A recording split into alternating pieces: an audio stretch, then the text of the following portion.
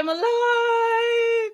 You guys, I'm so excited about talking about all things Angela and Michael. We have an exciting panel for you guys. And shout out to the live chat. I'm a little rusty, you guys, because it's been a minute. So bear with me. We are multi-streaming with the heavy hitters. Some of my favorite bloggers, vloggers, people, beautiful people. We are live streaming. So if you're on my platform, their platform, wherever you can get it, come join us. It's been a minute, you guys, but why not come back with a bang? We will first introduce Wah to the stage. Hi, everyone. It's Wah from DocuSweeties. Also, just call me Wah. What's up? So if you're watching this on DocuSweeties, it's actually happening on Linda's, but she's allowing us to stream, so you get this content. Allowing. Woo, Lord. Welcome, Wah. Next up, we have Kelly. OG, you guys know Kelly from the show. He's got a lot of opinions, and we're here for it. Hi, everybody. And you guys absolutely know this incredible individual from all of our shows together. I've missed her. We love her. Immigration attorney extraordinaire, April Holloway. I'm back. Like a poltergeist. And last and certainly not least, the woman that, let me tell you, when I started YouTubing, everyone told me that I had to watch this lady's channel. And when I first watched the channel, and you guys know when I start laughing and I have tears in my eyes every single time. Hilarious actress. Well, do they say actresses anymore? Is that dating me? I don't know, but Nikki Star! Hey, y'all! Actress is fine. Actor. Thank you. You guys love him. We were going to have a domestic violence expert, Shelby, on as well, the panel. She had a personal emergency. And so this is our panel. This is our panel for the evening, you guys. Thank you so much for being here. I've missed you guys all. I am going to moderate because I just have so many great people. I'm going to throw things out there. We're going to talk about it. If you guys have a question, definitely pop it in the live chat and we will discuss. I know, right? Great panel. All right, you guys. Angela, Michael, all things Angela, Michael. And it's funny that I specifically titled this Angela v. Michael because we know we're going to be talking about the annulment, all the stuff that's happening and why it's happening. But I wanted to take it way back, and I'm going to start with you, Kelly. Just your overall opinion from 7 years ago to present day on this relationship. It's a wild roller coaster. That's all I gotta say. Why? When I met her in Last Resort, we had a heart-to-heart talk. I got the feeling that it was real. I mean, she just kept saying, I don't know much of everything of what's behind closed doors. And I did advise her, look, the way you're portraying stuff, you could go about it differently. You don't have to really go so hard and so blunt. And they recorded this powwow we had, but they never aired it. We had this little chat, and I thought it was legit. I thought it was crazy due to the fact that she was walking around with a tablet, but it is what it is. I was just happy he made it finally, because I started thinking it was not a real relationship. How much filming you going to do? He's going to stay in one spot and you in America running around in different states. So yeah. Oh, Lord, here we go. Well, you know what? It was funny in the beginning. It was a key in the beginning because there was such an age difference, and she was going over to Nigeria and being smoking Angela, and she was like, "Don't worry, Skylar, I'll tote it." And then, first season was the Nigerian cake that was given to her by the daughter we don't talk about anymore. And so in the beginning, it felt like, okay, this is interesting, and it really did, I think, propel 90 Day Fiance, because even when I talk about it now, people are like, isn't that with the older white lady and the Nigerian guy, like that is how a lot of people got their introductory to the franchises, through them. But then it slowly started to devolve into something that wasn't fun. And, you know, like I did the BJ, that's fun. You know, like certain things were interesting and fun. And then she lost weight, honey, and like lost her mind. Yep. Yes. She lost weight and lost her. I mean, even the goofballs was funny. Like there was so much about it that was funny to begin with, and then she just lost her mind. April, do you want me to talk about immigration or just what I think about their relationship? Just their relationship.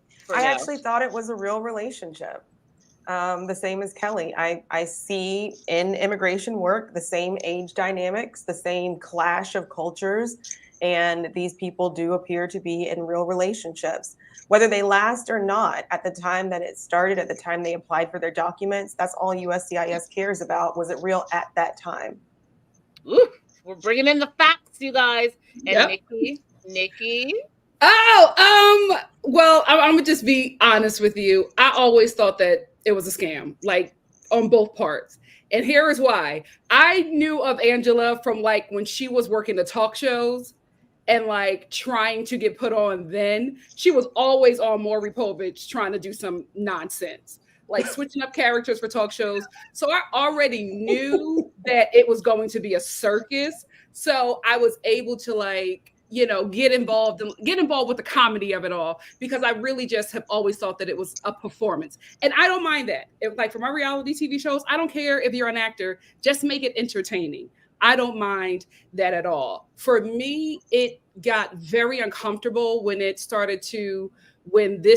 storyline started going to like sex tourism and then slavery. It just became uncomfortable as a Black person to continue to watch this relationship, to the point where anytime she's on a show, I check out because it's uncomfortable. If she's not abusing Michael, she's abusing her cast members that she's working with. And I'm just like, as a viewer, this isn't fun anymore. It's supposed to be entertaining. I'm not being entertained. I'm just being traumatized. Mm-hmm. So when she stopped being fun is when I checked out. Fair. Yeah. Okay, so first I want to address, I don't know how to turn these captions on. I'm so sorry. I'm so sorry. If anyone knows, we're streaming through StreamYard. Let me know in the chat and I'll pop those in. My personal opinion as a African from Africa, a Guinean and a Canadian. Lay it out.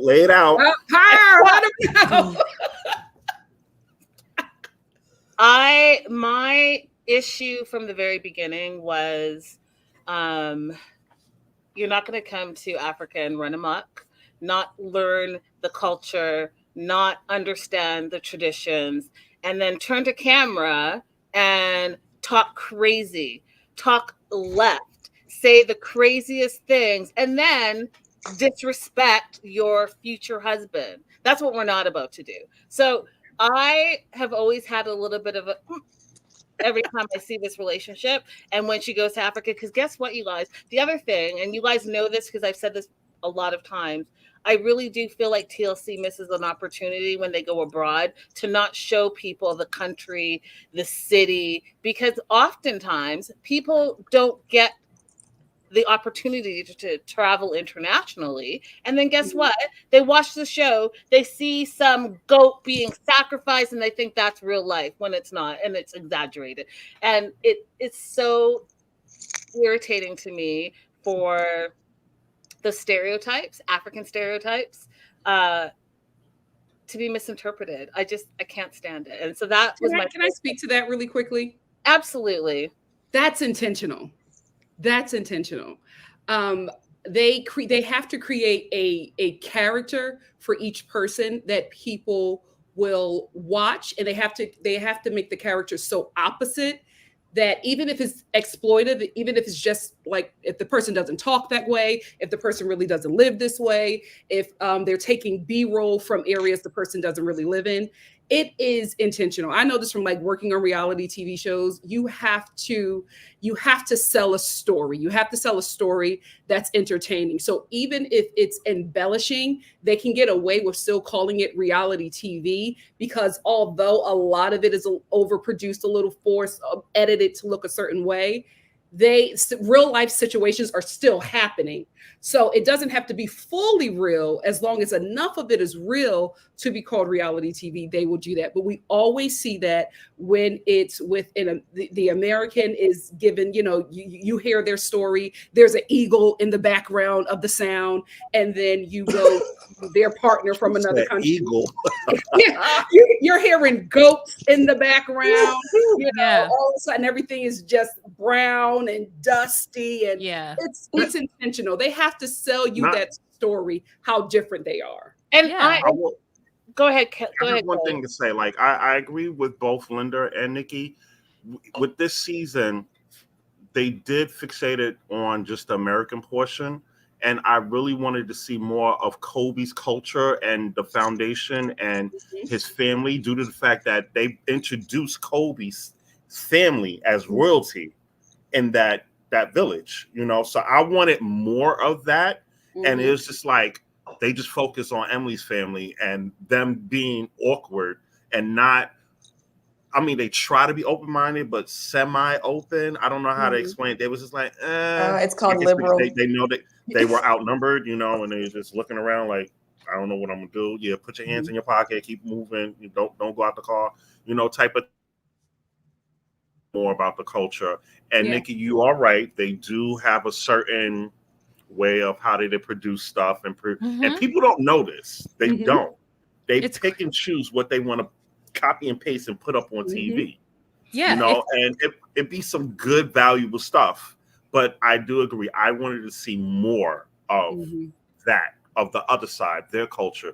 You're right. When they do go to the other places, they always show the dirt road. They always show some farm animal walking across the street. Like there's no city life whatsoever in this country. Specifically, it's a skinny dog in South America. It's a skinny goat in Africa, and it's a skinny cow in India. Specifically, that is what it is. And it, you're right, Kelly. I enjoyed the Kobe, a Cameroonian part, especially because what's actually happening in Cameroon. Shout out to the Cameroonian people, and shout out to those who are dealing with the genocide and in South Sudan and like all these places. And so, like you get a side of it, but I was actually happy that they gave us as much of Kobe's family as I think they were willing to do. It was that gotcha moment of having her family be uncomfortable, Emily's family, and especially the mother keep talking about like she doesn't understand what a bride price is. And I was like, you're one generation from being sold off like to your husband. So like, what are you acting like you don't know what is happening? It is like, I'm not to cut you off, but I was like, okay, in American tradition, your husband is dictating what's going on in the household. You're just sitting there being quiet. He's the one that's saying whatever. So what's the difference? I'm confused. Yeah, definitely. No. Also Cameroon, but different topic. They had an opportunity here to talk about how Cameroonians here in the U.S. have been granted TPS. So if you're in the audience or in the replay and you don't have status here in the United States, you may qualify for temporary protective status for Cameroon, which has been pretty recently designated. So get at me if you want to apply, or if you want to figure out how to apply on your own. Awesome. I just love April. You're right. You know what? I love April so much. She just brings us all back to the point.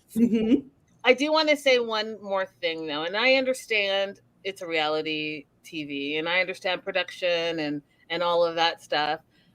I still think it's a missed opportunity, and the reason why I think it's a missed opportunity, there are like 10,000 different 90-Day Fiance spinoffs, and most of them are filmed in the United States.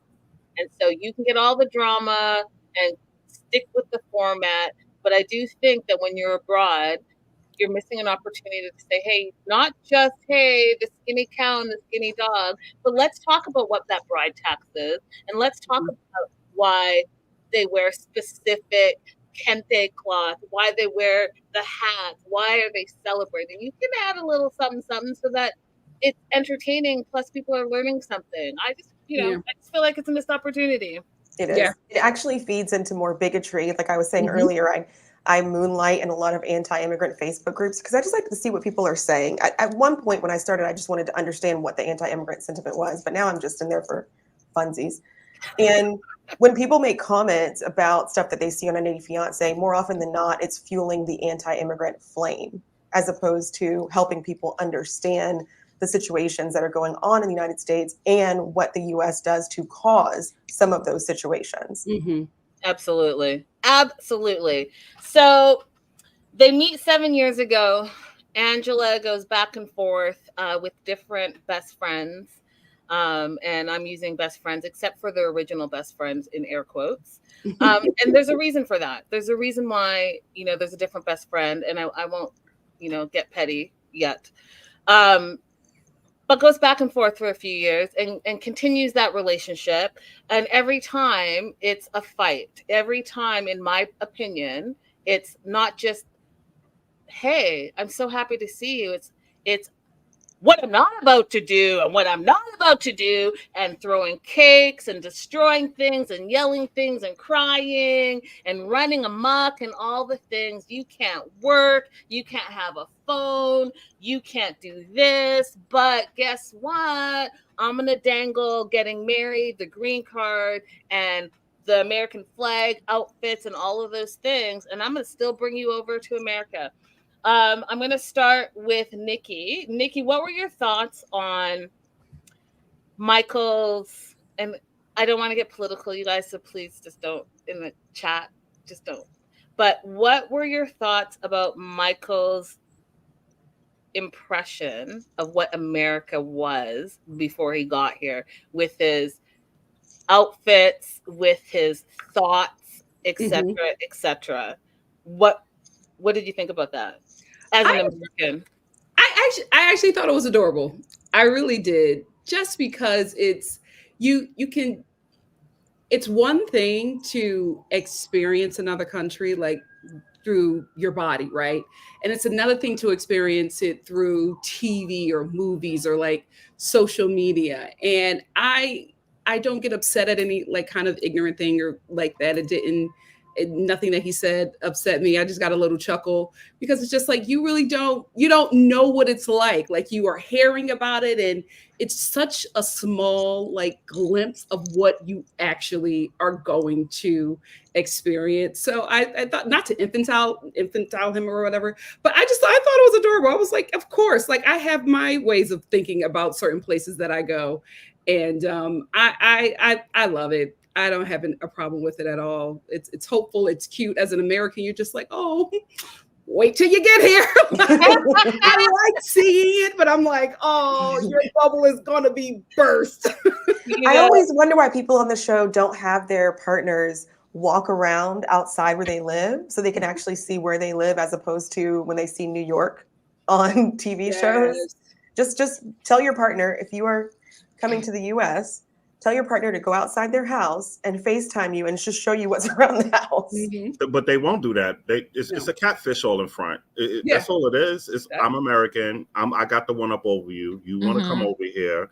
I'm going to sell you the dream. Your goal is to come here. So I want you to love me, love me, love me. And I'm living the American dream. Everybody wants the white picket fence with the dog and all this and that. And that's what they're going to sell you.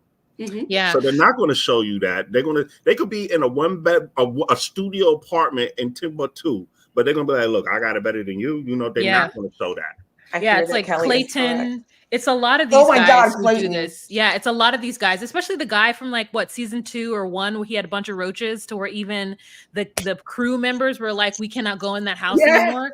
Like, it's crazy what these folks think that these foreigners should have to accept. And so a lot of my viewpoint comes from the fact that my dad's from Belize and like came to the US and like married my mom, who's American, and like all of her American side of the family thought that he was just using her for the green card. And so like that is kind of my perspective. I'm usually always on the side of the foreigner. And they love to set up this like trope that the American is bringing this person out of poverty, which is why I really loved Riley and Violet, because Violet did not need to come to the US. She's like, I don't need you.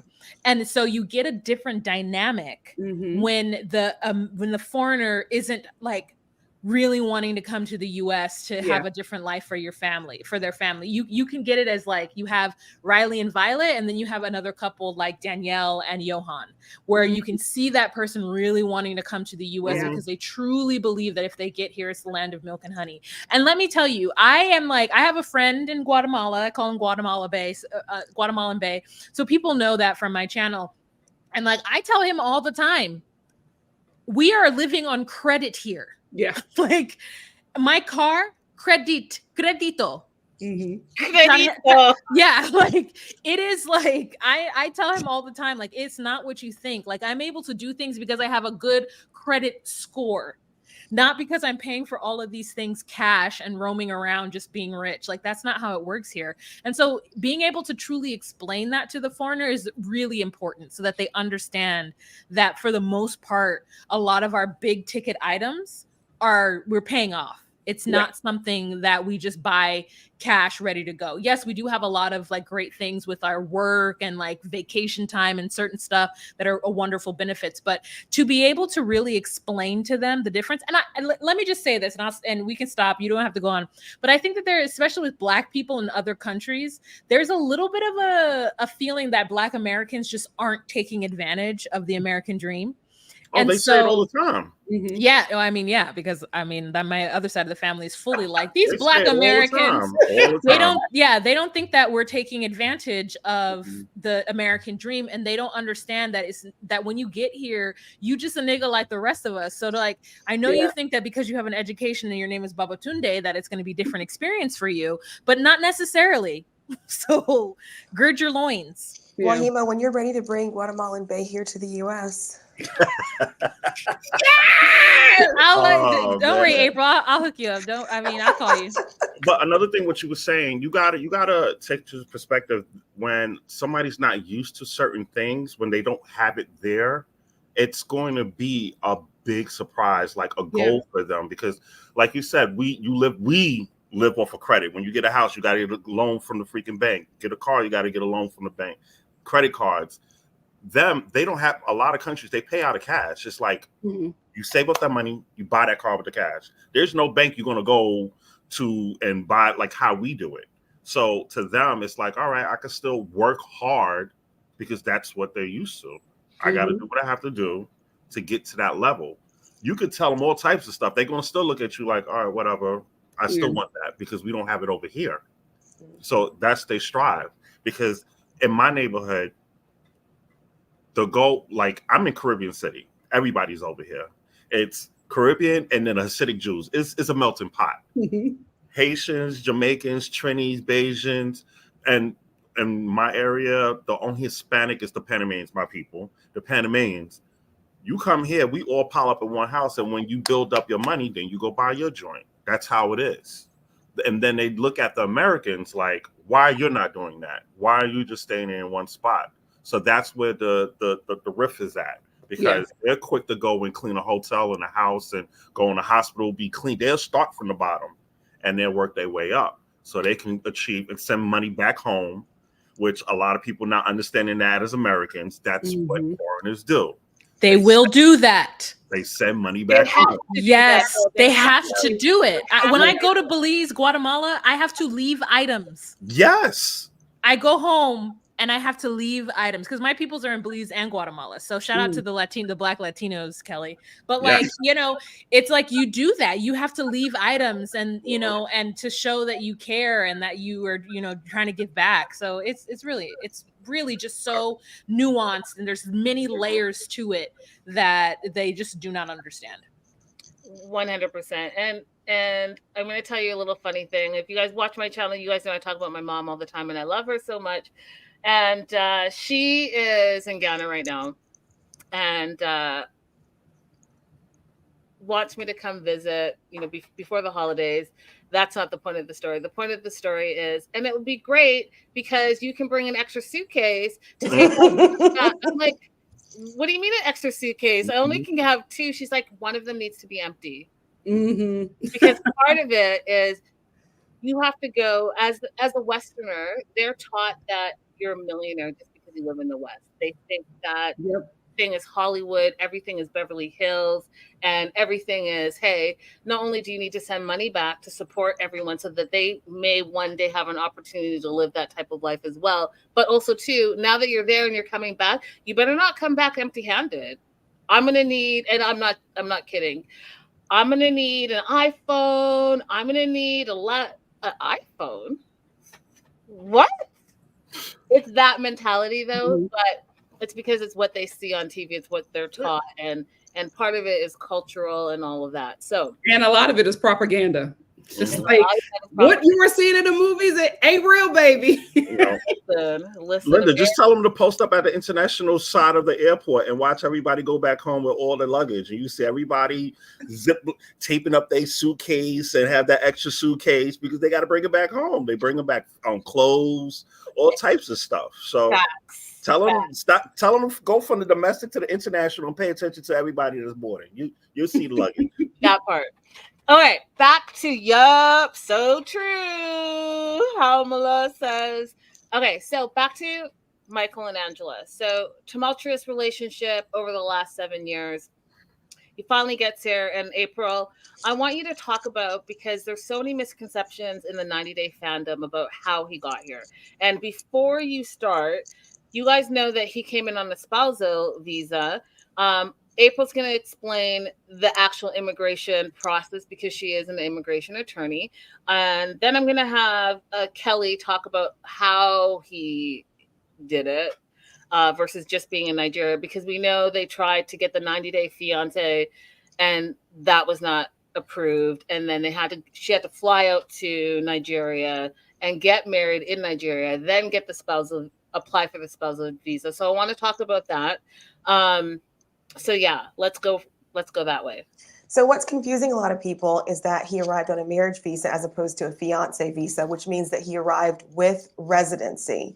He is a full resident, able to work, and he owns that card. It doesn't belong to anybody else. He doesn't owe anyone else. You are not required to stay in the marriage in order to keep that residency card. Okay, April. Whoa. Can you say that all again? Because yes. I don't think people are going to really understand what you're saying. So the backstory of this, you guys, when everyone says send him back, and by everyone, I mean, you know who you are, send him back. Send him back. Send him back. Take his green card. He's here to stay.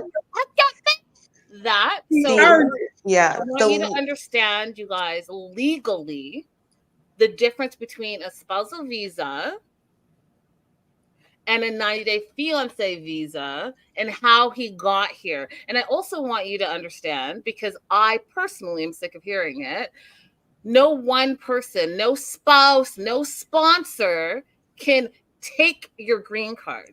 Right. They are not USCIS. And so I just want you guys to have that in the back of the mind. April, rewind. The literal process that happens is that you go to the embassy. If you're approved, they stamp your passport with a temporary residency. It's a full residency. It's just a stamp as opposed to having your card. You arrive in the United States, you present that stamp to immigration. At that point, they know to process your green card to be mailed to your house. It's not green anymore, but we still call it that, okay? It's mailed to the address that you give them once you come into the United States. It is yours. It belongs to you as an immigrant. No one has authority over your residency card. It belongs to you. You do not have to stay in the marriage to retain that residency card. The only thing that you have to do, if the marriage was less than 2 years old, you have to prove that at the time that you entered the marriage, that it was a bona fide marriage and you keep it. And it ended through no fault of your own. So if it ended because the person passed away, if it ended because of abuse, if it ended because of just anything that's not your fault, you just grew apart. Those are valid reasons to no longer be in the relationship. You know why? Because Dred Scott's no longer valid and slavery is not allowed in the United States. Oh, shit. And mic drop. Period. I wasn't ready for that, April. I like to end on a... April, how many years have they been married? Has it been 4 years? Do you know? I don't know exactly when they got married, but if the marriage was less than 2 years, marriage was less than 2 years, he arrived on conditional residency, and he just has to prove that it was a bona fide marriage. If it was over 2 years, at the time that he came in by that plane, that officer has the authority to issue him a 10-year residency card. So I don't remember exactly when they got married because the show doesn't. I don't know how all of that lines up. But either way, whether it was conditional or whether it was the 10-year card, that belongs to Michael.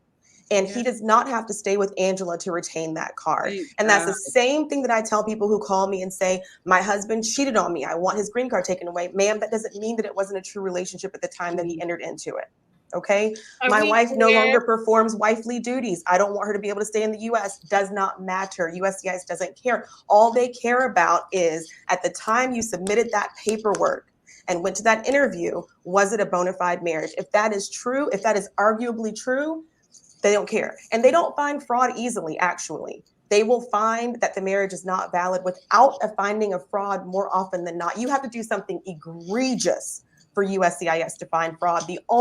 There's only one case that's ever been on 90 Day Fiance where I think that USCIS would find fraud, and that was Eve and Muhammad, because there were the text message that specifically said, when I leave her, I will come and be, when I get my green card, I will leave her and I will come and be with you. That's how explicit it has to be to find fraud. I had a case where a woman's ex-husband's clothes were found in her home. Okay. And there was some suspicious stuff going on that indicated she might be trying to get a green card and get back with her husband. They didn't find fraud in that case.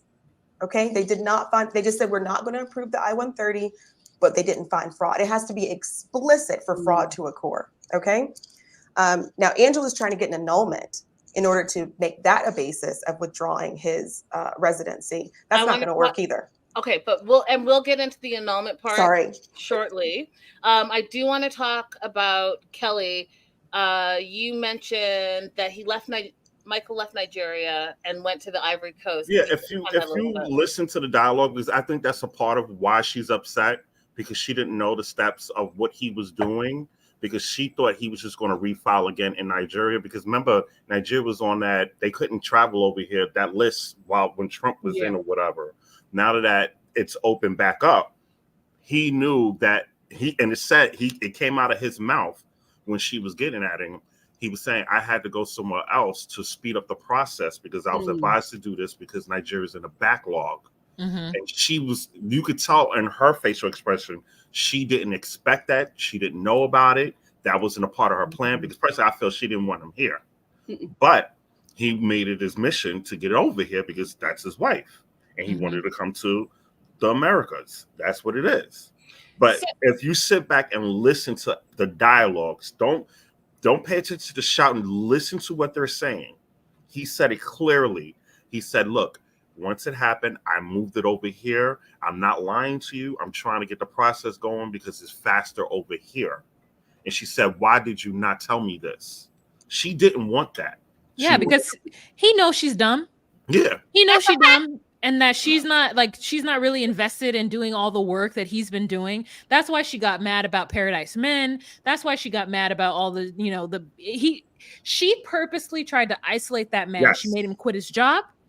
And then when she's like, oh, I paid for everything, it's because you made him quit his job. We remember that. Then you went to his place and tried to vandalize his vehicle. Yeah. Like we remember all of that. So it's been a series of just her trying to do things. And Kelly, I think that's such an astute point that maybe she didn't want him here. Maybe she liked the fact that she could run off with Billy from Canada and do whatever it is she wanted to do and flirt with doctors from, at West Coast to the East Coast to the South and do whatever she wanted to do without him actually being here. But let him even look at another woman and she is off. Like she just takes off and is just being a most unagreeable, despicable human being because she feels like she has the right as whoever, I don't know if American, I don't know if a white woman, I don't know. She has the right to treat him the way that she does. She has the right to say that that's their visa because she paid and did whatever. It's all very, very comes from a place of just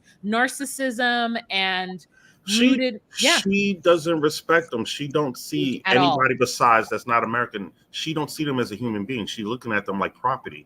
Even when she's talking to him and she addressed Colby, she's like, you don't see her talking to the Americans like that. She only talks to the foreign people like that. And it's clear as day. Listen to what she is saying. Michael knows what he's doing. And that's why, like you said, the group, he was getting guidance from them. When she brought up about the money thing, he was like, yeah, I put my money aside. And it over here, we do it here. We call it a susu. Everybody, if you don't have a bank account, that's the way you do it. That's what foreigners do. I was brought up that way when I was young.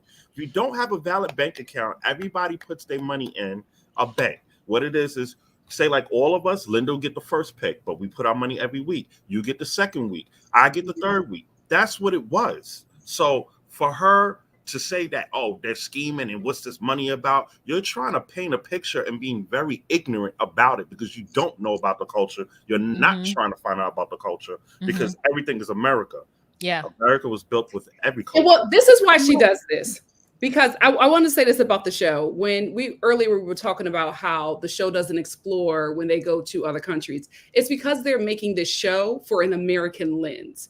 Angela knows that, right? So that's why she says certain things about the women in Michael's community, right? And she keeps on saying, as an American, like even on the Tell All, she's just like, oh, he made that statement about white women. She knows what he was talking about, and she knows exactly what she's doing. So she's throwing out dog whistles to get that American audience to be on guard, right? And the reason why she wants to do that is because Angela wants to be the star. And she knows that's why she never wanted Michael to get here, because she knows she cannot be a star if he's in the room. She was so upset when they were in that that home together. She was so upset that everybody was gravitating to him, that everybody liked him. And she said, he's sitting there acting, and they're all acting like he's a nice guy. He's not a nice guy. So what she has to counter what people are seeing with lies and negativity so that people will not like him, because she knows if she is in a room with him, she is not the star. So that's why she says all these things, these racist dog whistles, or these classist dog whistles, or these xenophobic dog whistles. She has to say it to tear him down so that people cannot see him for who he is, because if they do, she cannot be the star of 90 Day Fiance that she has been led to believe that she is. So that's why she does that. Yep. Plain and simple. Yeah. Thank you. And Michael just sits there like the Beyonce he is. I'm like, dude, say something, brother, something. But he's being very smart. He's allowing her to rage. He's allowing her to be nasty to him. And he just sit there and he's just so sweet. Because like Wa said, he's very smart. He is very smart. He is playing this game perfectly. I love it. Rooting for you. Very concerning to me that she has so many biracial children in her household. I don't understand that. I'm confused. Them is Scotty's kids. But that's your grandkids. That no, Skylar's. Yeah, that's Skylar's kid. Skylar like the dip. The other one don't. Like, yeah, I don't understand. Like, how are you acting like that? And you got grandbabies. Like, it's because she doesn't get it. She doesn't see it. She's one of those people who are like, I can't be racist. I like black people. Yeah. And even acting. Yeah. She is that kind of person. And so she doesn't understand that how she shows up about black people is something that her children or her grandchildren internalize. Yeah. So like just this pure ignorance that we're watching. And like, I'm gonna be honest with you, the moment that I saw her home and how like cluttered it was, it's like when you see like Honey Boo Boo Nim when they got that money and they just win a bloody fool and you could just see it. There's nothing that will raise you from out of whatever kind of situation mentality that you're in, because you are unable to like ascend. It is just like, you're going to remain this way. You're going to remain ignorant. You're going to remain. She wants everybody to love her because she takes care of all these people in her life. She takes care of them to be able to use them.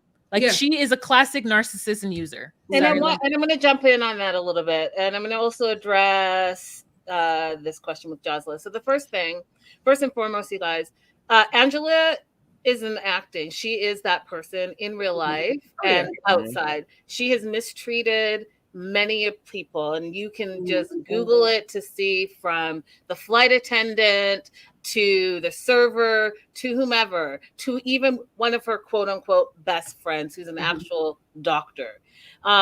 So that's her personality. And taking it back to what Nikki said, where she's been on the Maury Poverages, she's been on all those type of show, Who's Your Daddy, Who's Your Daddy? But I've often said, and I continue to say, that she needs to get some help. And the reason why she needs to get some help is that she thinks that the anger and the colonizer behavior, if she can just out yell everybody and talk down to everybody, then she's going to get her way. And she's not the saint that everyone thinks that she is, who are her fans. She has 2 daughters, and one of the daughters, everyone lives in the house. Everyone's in the house. It's messy. It's all of that stuff. I'm not even going to address that, but I do want to say her being the primary caregiver is because one of her daughters has a felon ex, and that felon is still in prison. So it's the single mom with the 3 kids who has to have some type of support because she's got these 3 kids and her baby daddy is in prison. The second daughter is a felon herself, and I'm going to leave it at that. And I'm going to say that Angela has to take care of her kids because her daughter, the other daughter, is not allowed to. She is a convicted felon. It has to do with children. And so Angela has all these kids running around in her house, and it's not because she wants to, it's because she has to. So you guys have to understand that this is all a huge family dynamic. Yeah. It's how she shows up in life. And I often, like Wah said, I worry about the mixed babies because Georgia, Hazelhurst, Georgia, sees those 3 kids as Black kids, and who are their mentors? Who are they looking up to? What are they learning about themselves? Where you have this woman who, you all seen it on TV, you guys, even when Michael was in Nigeria, she is screaming and cussing and saying this about her Black fiance, her Black boyfriend, now Black husband. It's a problem. And we know she says the N-word, and we know she says his Black ass. Like, we know that she says things that are pertaining to his race. She was married to a Black guy too. Absolutely. Yeah. And that's what surprised off because not me. I was like, I'm confused. That's a whole You're thing. You're acting this way. He too was a felon. He was in jail and all that. But you're right, Linda. She when we did the last resort, when we did the promo shoot, the photos that y'all see us walking on the dock, blah blah blah, that bull crap, that was from hell because she flipped the script. When you saw in the blogs about all the hotel people are complaining, and then the photos started coming out, it was that day because she was flipping out on the beach. It was her and Ed going back and forth. Ed wanted more attention, and she wanted attention, and she just went off. And that was my first time experiencing that. I was like, what the hell is going on here? And everybody's just standing there like it's normal. This is not normal. I grabbed her shoes like she was my woman. I'm like, yo, you all right? What's going on? Like, let's get him. Her, Asuelo, and I was like trying to calm her down, and she's screaming for the Botox lady that she beat up in New York the other day. So I'm just like, this woman is crazy. What? Oh yeah, the Botox chick, yeah, the one that she was earlier the year, last year, that she beat up in a hotel. She was on the trip. That's the doctor. She was wearing that gold dress. She's wearing the gold dress. She's screaming her name out. That's how I learned who this lady was, because I was like, who is this? Who is Angela screaming for? I'm confused. And she finally calmed down. She stormed off after we did a certain amount of pictures, and I was like, well, she can do it, I can go. I ain't standing here. And then I went off. But she do have a pattern the way she treats people too. That's why when you said that, Linda, it's there because it's all over the blogs, and everybody caught it when she was beating up the lady in the freaking hotel. You was just screaming at her one season ago. I mean, the show before. Now you beating her up. It don't make any sense. And she still comes sees her every time she's in New York. She go Botox lady. She was here this year. Who you're seeing on TV is exactly who she is. I wanted to address this question or this comment, and I would love to have anyone else's input on this panel. So because this is something I hear a lot. So everyone thinks that Michael is being so passive and he's being a pushover, and he's not standing up for himself. And there's a couple of things that I personally think are in this. So because he was raised with decorum, he was raised with a sense of like family. And as an African man. Let me just say this real quick. The first thing is, I don't want to diminish that domestic violence shows up in a lot of different ways. And as African, we do not talk to each other like this. So it is traumatic. It's traumatic to have someone screaming in your face. It's traumatic to have someone throwing things at you. We just don't show up like that. That's just not how it is. It's not how it is in the African culture. We respect our elders. We don't speak back to our elders. And you can ask any African, actually you can ask any immigrant. That's just not how we roll. So we're gonna hold off and not talk back. The second thing that I absolutely think plays into Michael being passive is that, listen, you guys, it's America. There are a lot of stereotypes about Black men, Black women, Black people, how they show up. If you look sideways, all of a sudden you have an attitude. If you say something, you're being aggressive. So he knows that that's the case. And can you imagine if he even tried to say a little something, all of a sudden it would be a different story. So I want you guys to remember that there's different lenses. And as an immigrant, he's looking at it from that lens. He's looking at it as, hey, how can I get through this without being stereotyped? The angry Black man or the aggressive Black man or the scary Black man. So I want you guys to think about it. There's a lot of things that are swirling around that are stereotypes, and we live with those stereotypes each and every day. Anyone else want to comment on that? I just have a quick question. Ladies, do y'all feel he loved her? Yes. Even if he didn't, he respected her enough to never say that he didn't love her. So I think that played a factor too. Yeah. Like, I feel like Linda, you're absolutely correct that there's one thing with the respecting your elders, and she's definitely his elder. Number two, it's like what you don't necessarily match banshee behavior with the same level of behavior. And also, like, I always think, who are your peoples? From what clan do you come from? Where is your village? Who are your people? Like, you cannot just be out in the streets acting and running around doing everything. My last name is Lino, and I'm going to present myself as a Lino everywhere I go.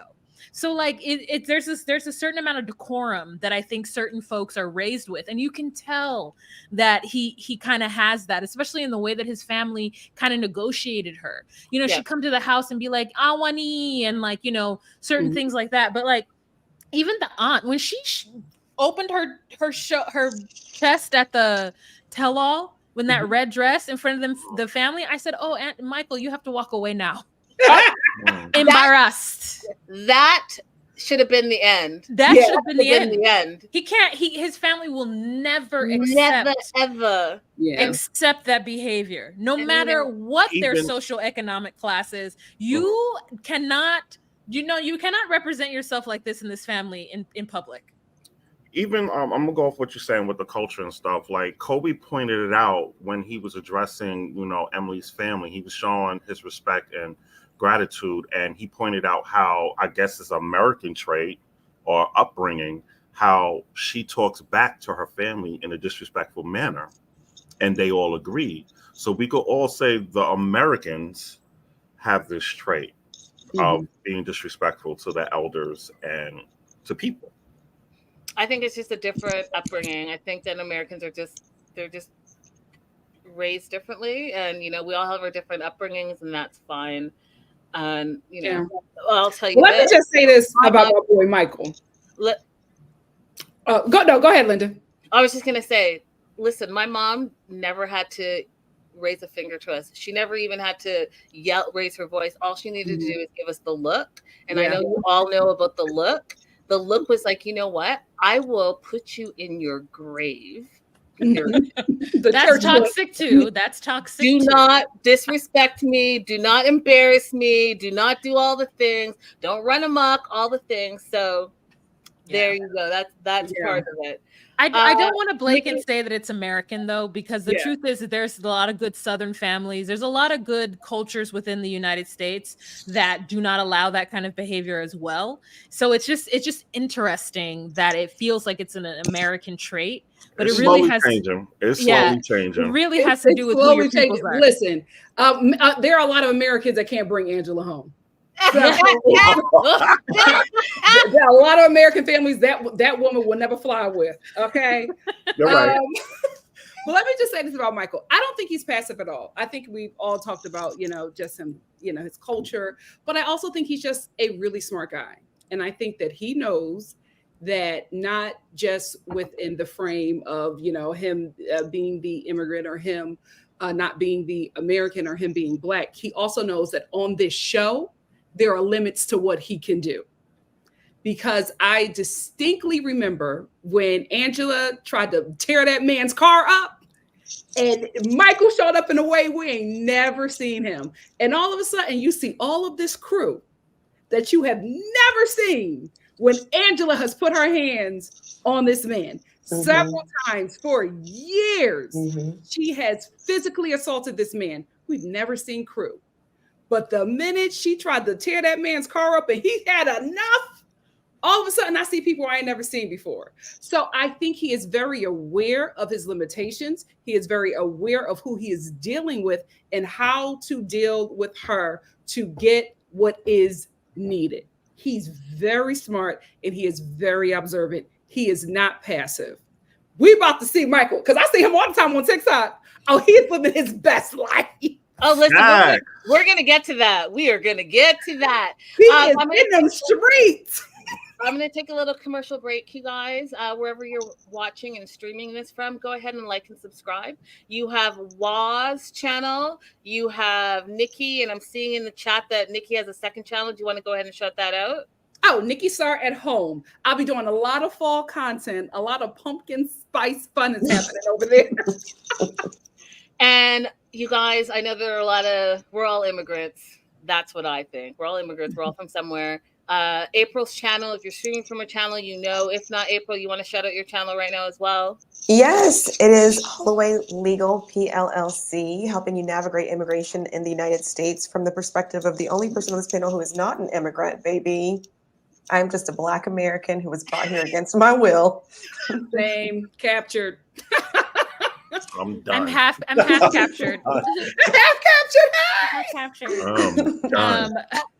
Wa, do you want to shout out your channel? Yes, my name is Wa. I am Wahima, but you can just call me Wa. But I'm also on a podcast called DocuSweeties with my good friend Chris Farah, and we post weekly all things 90 Day Fiance. So if you're interested in that content, please join us wherever you listen to podcasts at DocuSweeties. There you go. And Kelly. Oh, well, where I'm from? Well, I'm Black American, but I'm half Panamanian and Black. My father's from the South. My mother's from Panama. You can see. Hey. My flag. Yeah, that's what we do. We're not Jasmine. He's not Kaka. He's just Ka. Yeah. We're not Jasmine. We don't roll like that. She's funny from the city. No. Yeah. You guys know me, and maybe you don't know me, Linda from The Melanated Way, and I'm taking a brief moment to tell you that any rumors that you've heard about myself, Kenny, and Armando are absolutely false. If I was on any type of TLC side back, paycheck, payroll, you guys would know. So that being said, Linda is so girly, and I am from 90 Day, The Melanated Way. You guys, make sure you're subscribing everywhere, liking all the things. Make sure you're liking this video. It's streaming across 4 different platforms. Let's get back to Michael and Angela. So we've gone through their backstory. Michael finally gets here. And April, I'm going to bring it back to you. So he gets here.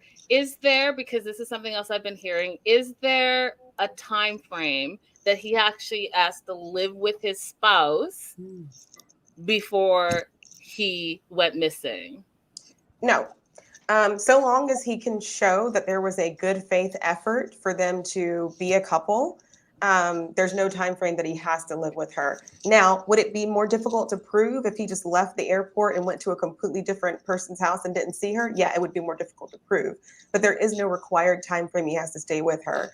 However, when you come through immigration, you only have your stamp that says you have your residency. They mail the card to your house, the address that you provide them to. So, I mean, it would behoove you as the immigrant to pick up that card. Gotcha. Now, who can speak about the South on this panel? And Hazelhurst, Georgia. You know, I'm from Georgia. What part? Warner Robins, Macon, Middle Georgia. So let's talk about where he landed and where Angela lives in Hazelhurst, because oftentimes, at least in my experience, people hear Georgia and the first city they think, well, is Atlanta. Racist. No. Look, it ain't hype how it's supposed to, how they put it on TV. It's not like how they put it on TV. Yeah, Georgia is incredibly racist. It is an incredibly speaking from deeply experience. racist state. Well, then I was right. Yeah, you were right. But a lot of times people just think, oh, Atlanta city, but Atlanta, I mean, Georgia is a lot more rural than you think of. I mean, most of Atlanta might as well most of Georgia might as well be Alabama as far as like your thought process is concerned. I literally left my law firm that I was working at in Georgia and moved to Mexico for a sabbatical because the racism and the sexism and the racialized sexism was just so bad. I couldn't survive it. You know, I'd gone through high school dealing with it, and I really thought that I had a handle on how to be around white people who had these kind of perceptions of me. But after being at that law firm for 5 years and literally having the most outstanding trial record and record of bringing in new work and still being disrespected on a regular basis, it broke me. I would not recommend that an immigrant move there if you're going to be outside of a city area and outside of a network where you have friends. It's not a good transition. You know, making the transition to living in the United States is already a very hard thing for a lot of people. It's even harder if you're in a community like Hazelhurst. Yeah, I was telling you guys earlier when Linda played the video of Angela crying because she's like, Michael's been missing for 3 days now. And then she brings on that yo-yo to sit in and be like, oh, honey. And I thought, when she had said that he was missing, I said, the Klan has got him. The Klan got him. Like they saw this foreigner walking down the street and he said hello. And they were like, ah. And then I gotta give him credit. He's brave. He's brave. Yes. To put that in perspective. I lived in Smyrna and I wasn't walking around, and I was like, "This is crazy." And Smyrna is not as Hazelhurst. It's upcoming, but it's not as Hazelhurst. It's a little bit right next to the city, and I was culturally shocked coming from New York, and I was like, "What the hell is this?" And they didn't like Northerners. They let it be known. I guess I didn't fall into the know your place pattern. If people catch my drift, because they like, and then they try to cover it up with the Southern Bell Hospital. I'm nice and sweet. No, you're not, because you're talking behind my back. Yeah, I mean, that's part of it. That's definitely part of it. So I just looked it up. As of 2023, the population of Hazelhurst, Georgia, was 4,071. The 2020 United States Census recorded a population of 4,088 with 1,400 households and 894 families. Now, how many of them are Black? That part. Yes. So Michael lands at the house, and if you've been watching the show, you guys already know what that looked like for him, right? So they talked about him not mopping up. They showed how Angela's living situation was hoardish behavior, and you want to throw in and you are who are you, but you want to throw in 6-7 kids, you want to throw in 2 other adults, you want to throw in smoking in the house, all the things, and then you have this foreigner whose first steps are in America, and again, him thinking it's something that it's not. And here we are. So let's always think of the entire picture when this man shows up. What do you guys think he thought? Anyone? What do you think he thought when he walked into Angela's home? How dare you talk about me? You have so much, yet so little. How dare you talk about me and look at your place? Look at this shit. Like, this is crazy. You have all of this, all these amenities, all these 2 refrigerators, and you're bragging to me about the 2 refrigerators and one of them is broken. And then like then they had the audacity to be like, well, Michael would say that he mopped and we could see he didn't mop. I'm like, why don't y'all mop? Why don't these sticky-fingered, Kool-Aid lipped children mop? Oh. When does this man come from Nigeria to come here and mop your floors? None of them have chores. I don't understand. Some of them are old enough to be having chores. Like, why are they not separating the clothes? Why is she going to throw the clothes on the floor? I know it's for production. We all know it's for production. They put it out there to play it off. But that's not a cool scene. I didn't like that scene at all. You don't throw the clothes like he's Cinderella, a slave, and we got to separate. That's what he is to them. That's what he is to them. And I'm upset that production did that. That part. You could have did something totally different. Mm-hmm. But like Nikki said, you're playing to an American audience, right? So if you're playing to the American audience, you are gonna ride all the stereotypes to the wheels fall off, right? Man, tell her come up here. Come up here. I got some chores for her. And I would like to say, my dad has been in this country for 45 years, maybe more, and he doesn't know how to use a washer and dryer either. And he knows how to fix them, but as far as like washing the clothes, he's like, which one do you push? So it's not easy. Yeah, it's not easy. Can I just address Jamie's comment really quick? I didn't see it. What was the comment? I am sorry that happened to you, April. Oh yeah, she was saying something. She's down there. I said, how do you know? Anyways, that's my own business. But I said, Jamie, how you know? Just really quickly, I just want to say I don't understand the point of you saying this to me. I don't understand what you want to get across by saying this to me after I just shared what I went through. Mm-hmm. This was useless for you to share. Thank you. Amen. I mean, you're always going to have that one that's going to try to bash and diminish somebody's experience because you validated, and I just said it, and I was only there for a year. Yeah. And I ran my black ass back to New York. I was like, freedom. But I remember when Kelly was in Georgia. Yo. We used to have some conversations, and I was like, That's what I tell people is don't believe the hype on TV. They show them 3 buildings and make it seem like it's all hype with a highway. That ain't Georgia. That's just a little part of Atlanta that nobody don't know how to merge and get off an exit. That is it. Facts. That is it. They all drive big trucks and accelerate and don't know how to drive. It's crazy. Or Hellcats. Ugh. Yeah, it's crazy. They love a Hellcat. And they trapped in the 90s. Update yourself, people. Oh, Lord. Oh, Lord. Oh, Lord. All right, you guys. So Michael arrives in Hazelhurst, and he does not last very long. And all of a sudden, we are seeing these type of headlines. Missing. Michael is missing. Where did he go? And that was the narrative. And we're hearing, I fear for my life. He went to the police.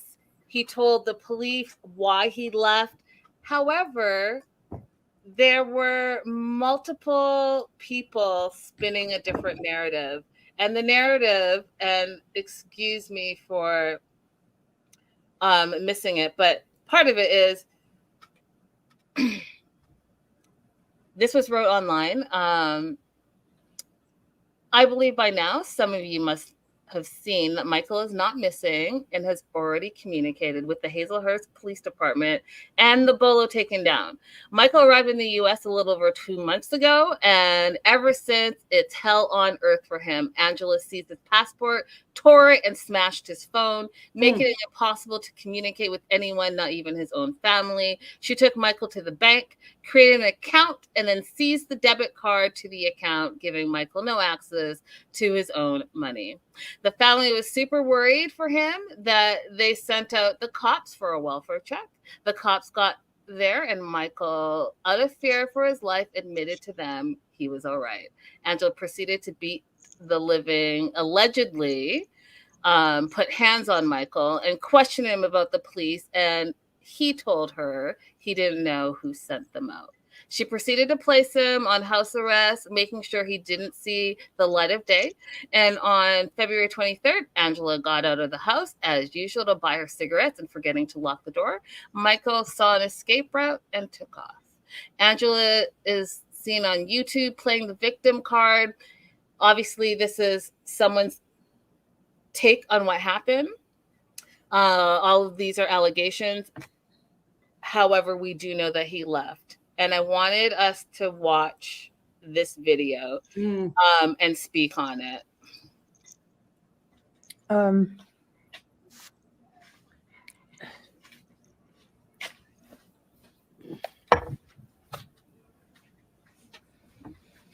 Johnny Yates and Cody, which is a good family of mine, they drove all night to get here. Michael's been missing since when? The 23rd. The police are involved. We can't find him.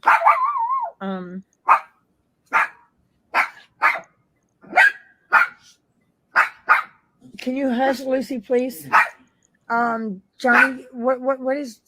I can't do this show. Cody, I can't do this. Baby girl. I can't. Baby girl. Can you tell him how to get on the live? Here we go. All right. So, what are your thoughts on that? The clan. First of all, I never said anything about this couple before until that point. That triggered me right there. That whole let me clean up my act. Let me just put it out there. And when you get the police involved, that's when I got a problem with you. All right. You could have did all this stunt all on a different manner, different way. You knew he wasn't missing. You knew he went. You knew he left. Let's stop the nonsense because she just said, "Oh, he's been missing since what 20." You knew.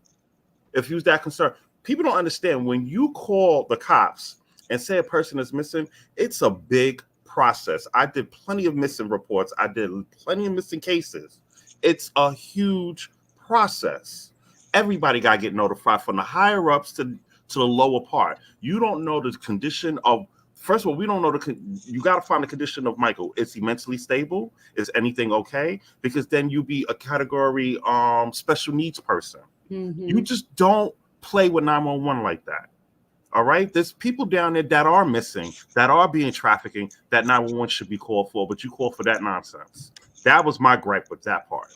All right? You knew what you were doing. You knew you mistreated this guy, and you knew he left. But sitting there trying to freaking play victim and get this guy to drive down from Jersey all the way to Georgia, it's ours, okay? So you call 911. Hold on, I'm sorry. This got me heated. You got the cops coming there. You got to walk the whole house. You got to see where he was living at. You got to get a picture of him. You got to put the bolo out. You got to notify other agencies, the adjacent places all over to put it out there. This is a big process. Mm-hmm.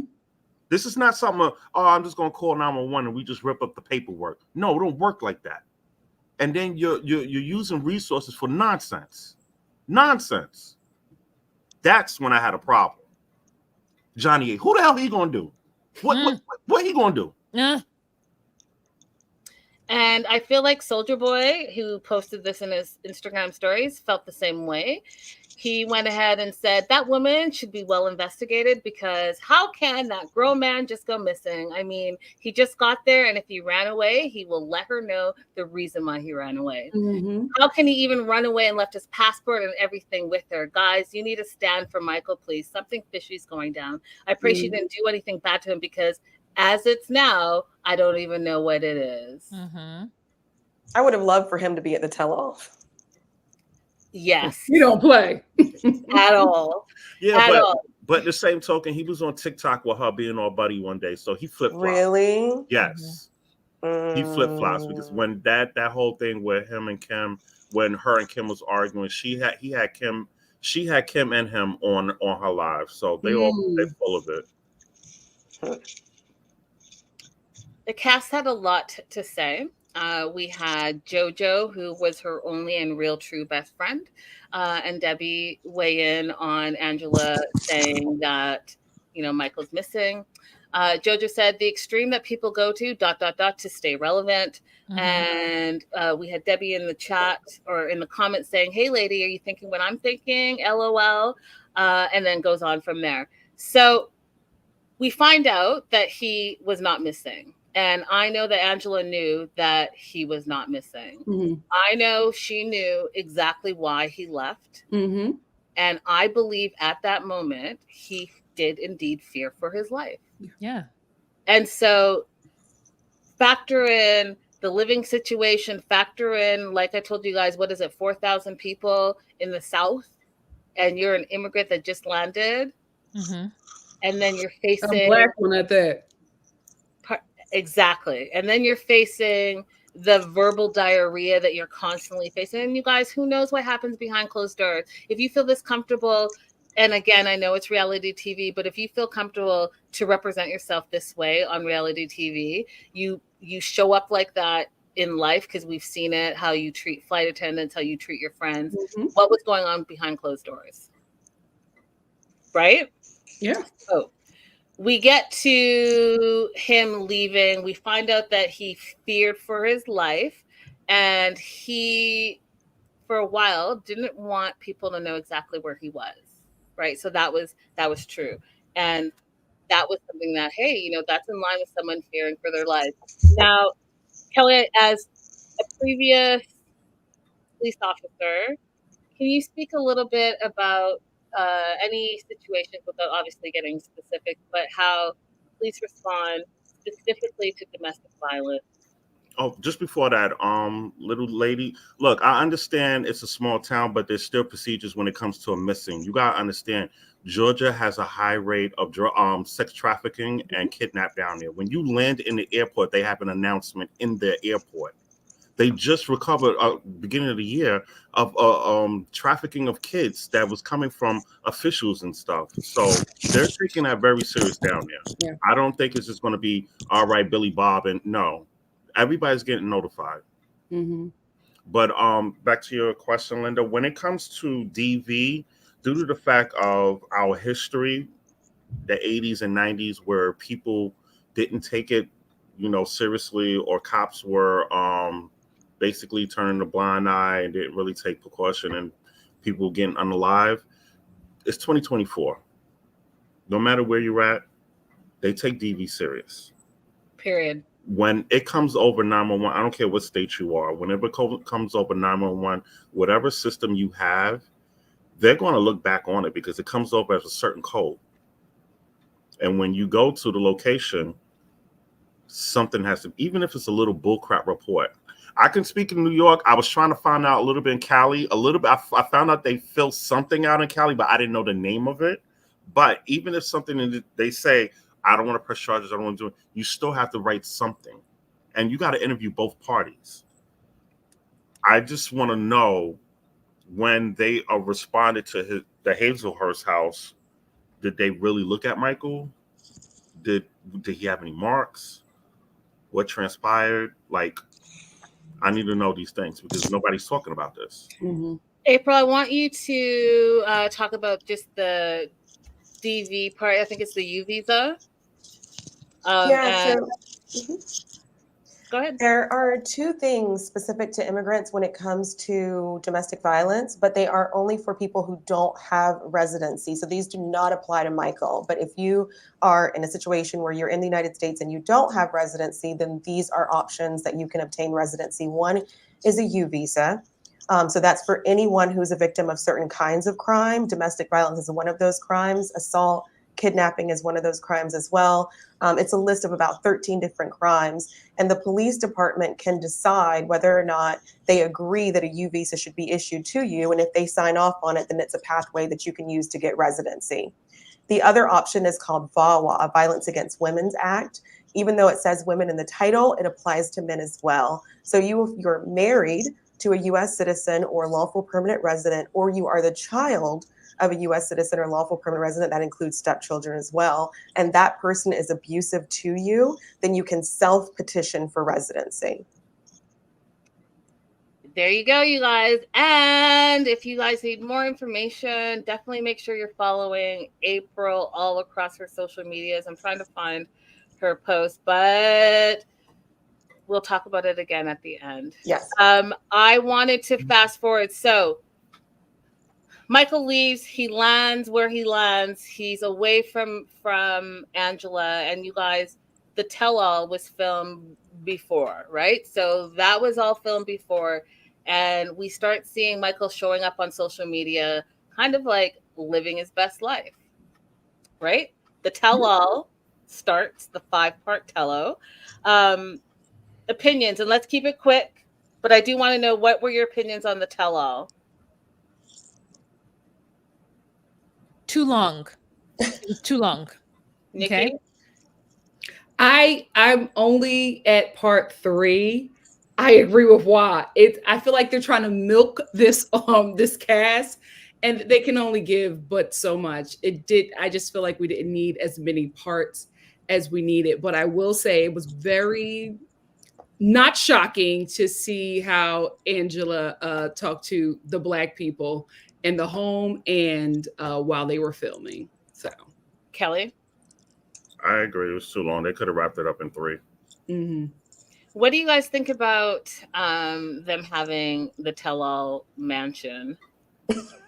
I like that. I thought it added a little bit of extra, because this is something I say on our podcast all the time, is I don't actually know who they're filming it for.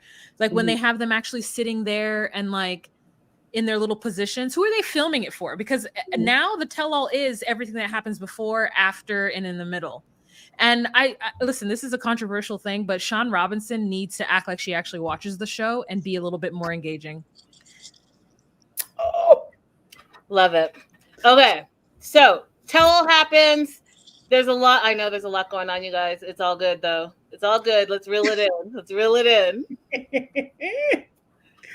So tell-all happens. We see that Angela does not allow Michael to come to the house at first. She wants to go to a hotel, and all of that, you guys, in my opinion, that's part of the control. That's a part of a certain type of behavior that is not okay. You're trying to control a grown man, and it goes to what Nikki was saying earlier, where she knows that they see him. He's the star. She's not the star, period. Mm-hmm. So they finally show up to the house, and there was a lot, you guys, and you saw it between her almost pushing him down the stairs to the scene where they thought they had to take the cues and the balls away so that no one got hurt. All of that happened. I do want to fast forward to this GoFundMe, because I do think that that's an important piece of this. Okay, so Michael started a GoFundMe, and he started a GoFundMe because Angela is now suing him and has served him with paperwork. And let me see if I can find that paperwork. Because one question: why did they film them in the separate hotel? That was drama right there. If they wanted to keep it going, because they weren't really in most of the tell-all until they got there. If you wanted to get ratings, why didn't you show them having their moment in the hotel separate? Yeah, Chris said the same thing. My co-host, she said the exact same thing. It's like, why didn't they follow them with the cameras to the hotel they were staying at, as opposed to staying at the mansion? Also, why didn't Sophie and Thais have the same energy for Angela that they did for Lauren? Woo! Woo! Could it be that hotel was just like, y'all not doing it here? Take that down the street to the Motel 6, not here. Okay, so Angela served Michael on June 20th, 2024, and she is claiming annulment. I was going to get into it, but we are running a little long, so we are going to go through some of this, and we'll circle back with April, definitely, if you guys have questions.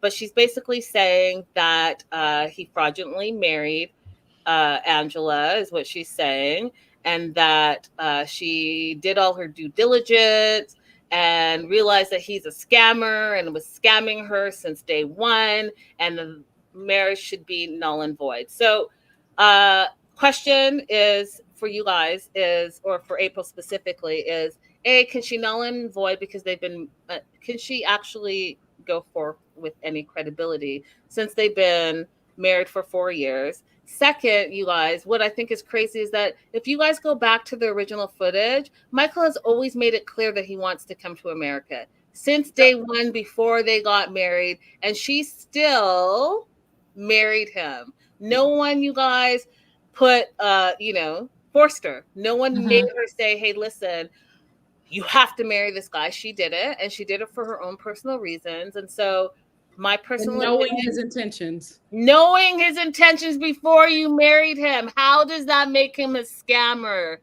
I'm sick of y'all saying he's a scammer just because the trope is there are Nigerian scammers. Are there? Absolutely. But guess what? Y'all have American scammers. They just haven't made a whole stereotype about it. But y'all get scammed out here on the regular. So stop with the nonsense. She didn't have to marry him. She decided that she wanted to. They got married. He made it clear that he always wanted to come to America. She chose what she chose. April? They're called passport bros. Yep. The American style scammers. So in any other place, I would say there is zero chance that this annulment is going to actually happen. The only thing that gives me pause is that it's happening in Georgia. Yes. Georgia is a state that is very hostile to immigrants. We have the denial rate for asylum cases in Georgia ranges between 95% and 99% amongst the judges there who decide them. The only real hope you have of winning asylum if you're in Georgia is to do it on appeal, because the appeals court will reverse their decisions, but who wants to go through all that? But yeah, you have to establish that there was some fraud that occurred to enter into the relationship, and that fraud cannot be your own stupidity. Quick question. I'm sorry. Do you think she filed that out of spite or 100%? Yeah, because 100%. the timeline is not making any sense. You did the tell all in January, February. He left in February, and then now you filed for the annulment. What, in July, June? When the show started? It just don't make. Yeah, I think it was completely out of spite. I'm sorry, go ahead. No, I was just asking, can you annul a marriage? At first, I thought annulment was only Catholic, so I didn't know that. And then secondly, like, they didn't even get married here. They got married over there. So like, but all marriages are valid here in the U.S. So any marriage that you have outside of the U.S. is still valid here in the U.S. And this is so funny that you said that, because usually I only have men asking me whether or not their marriages outside of the U.S. are valid once they come, because they just want to get married again without doing anything about the other marriage. But yeah, it's valid here as well. It's valid here, and you can apply for an annulment, and you can get an annulment legally. It's not just a religious thing. It's not a religious thing. And if you get an annulment, most of the time that you hear people talking about annulment is because they did a Vegas wedding and they don't want to have to say that they've been married previously. So they use an annulment to get rid of that married, as opposed to having a divorce and now having to say that you are divorced. But the reason why she's filing for an annulment is because if it was granted, she would be able to say the marriage never occurred, which would give rise to, him not having a basis on which to have that green card anymore. So it's definitely filed out of spite, because she could have just filed a divorce. And as far as his GoFundMe, I'll just say very quickly, I think the things that he is seeking help for in the GoFundMe are going to be to defend against the annulment, number one. Number two, because if he is required to remove conditions from his residency, I didn't explain that earlier, but if his green card is a 2-year conditional green card, at some point he's going to have to file to remove conditions from that card, meaning prove that it was a bona fide relationship and get issued the 10-year card. And so he probably needs legal fees for that as well. And the last thing that he might be seeking legal fees for is if he wants to file some kind of civil action against Angela for the abuse that he endured. See, you guys are getting all the information. So Michael started the GoFundMe because he's being sued this annulment against Angela. It originally was a $50,000 GoFundMe. They lowered it to $25,000, but he went above and beyond. And when I took this screenshot, it was at $36,000, but it's, I think, at 40. I want to address one person who donated, said, "I'm sorry for your suffering and wish you luck with your court battles ahead. You legally qualify for a green card as an abuse victim. Get an immigration attorney and file a I-360 VAWA." Is that how I say it, April? VAWA? Self-petitioning spouse of an abusive U.S. citizen with the USCIS as a domestic abuse victim. Your case shines a public light on abuse that men face every day at the hands of women. A man doing what Angela does to you would be behind bars already. Again, all of these are allegations, allegedly. given everything, April, that you said, is this accurate? Because No. no, He doesn't need this. He doesn't need this because he already has a green card.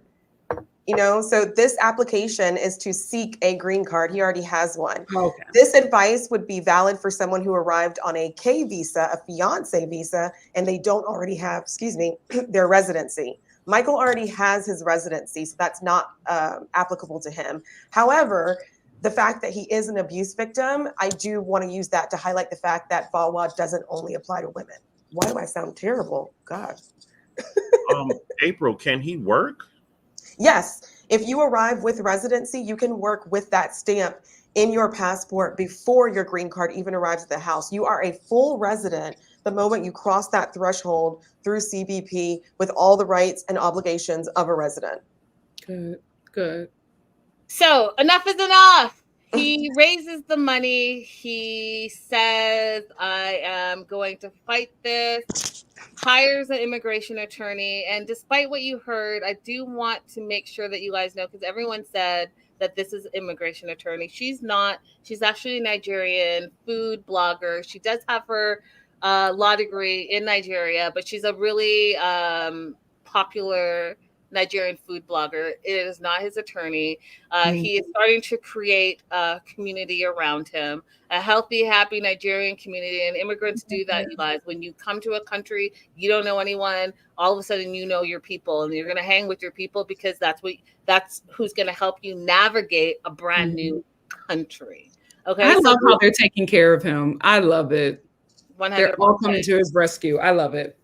100%.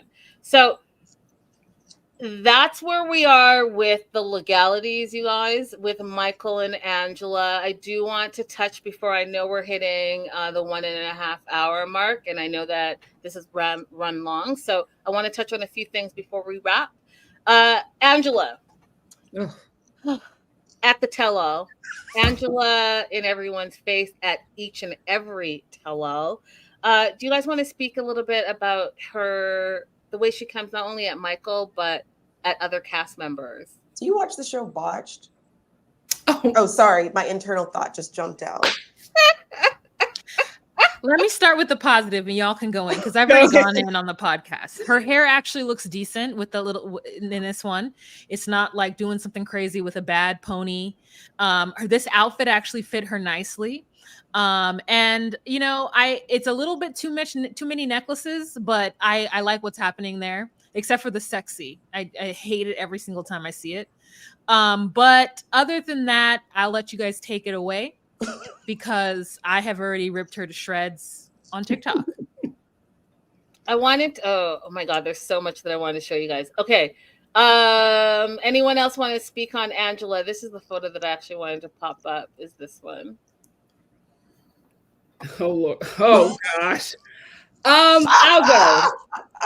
Why do they keep giving her cat bodysuit outfits? That is her choice. That is her choice. Can somebody advise her to like wear a dress or something like? Well, if she sits like that, Kelly, she has to wear pants. This is a person who's woefully unaware of the space between their legs when it's on camera. The body, like, just wear like a flare, like a long dress and flare, and if you want to dress appropriately for a house to land on her, and put like a tights underneath to make you feel like you got pants on. I don't know, like I'm just tired of her with these. I don't know who keeps dressing her. These cats, these body. Just stop with the one-piece suits. I'm done. I really think that she's a Fashion Nova girl. Well, did y'all see that picture of the one when she was pumping the gas with him and she was standing all pigeon-toed? Oh, yes. We saw that chicken outfit. She's wearing that baby blue. That took me out. Took me out. I wouldn't be surprised. I wouldn't be surprised if she has a partnership with them. Listen, I don't have anything positive to say about Donald Trump in the sundress, but I will say this about my boy Michael. We can call it a scam or whatever anybody wants to call it. They had a mutual agreement. I honestly think that Angela came on this show to be famous, right? I think that she concocted some story, found somebody who was willing to do it, and they both were able to get something out of it. I don't think that the relationship is any much more of a scam than what Angela is trying to make it. I think they have a mutual agreement, and when it started to benefit Michael a bit more, Angela had a problem because she knows she cannot be on this show without him. So that's why she keeps on running back, trying to reconcile. And when he tries to, at least show a bit of his personality, she has to do the racist, xenophobic stuff to make him look a certain way. They are both getting something out of it. The problem is Angela thought that she was going to be the star out of this deal. So that is why all of this stuff is happening, because she did not know that Michael, the dark-skinned Nigerian man, was going to be a bigger star than this white American woman from the South, because that's the lens that she has. And that's how she sees people like Michael. And that's how she sees people who do not look like her. So when he became the star, she had to do everything that she needed to do to try to tear him down. And like I said before, say those dog whistles to the American audience. Even with all of that, my biggest issue is not with her. My issue is with the show that continues to give this woman power to abuse this man on TV. And not just him, anybody that's in her vicinity, they give her the power. She is never checked. She is rewarded with more screen time, more spin-offs. She's all over the advertisements. It is the show's responsibility if anything happens to that man. That's why when that stuff happened with Michael, I was so nervous. Because if we're all thinking, if he's gone missing and we're all thinking that she harmed him, it's because of what we have watched, and it is because of what TLC has put on our screens to show us about this relationship. So yes, Angela is responsible for her actions, but the show that gives her power to harm this man, to put out these negative messages, to harm her castmates, is 1000% responsible for the monster that they created. Agree. You don't believe they had sex 37 times in the first week? No. I believe that though, because men just be. Whoa. I'm saying, nah, man. Nah. We are not. We're not. I Great do want limp noodle. Ain't getting up. Lord.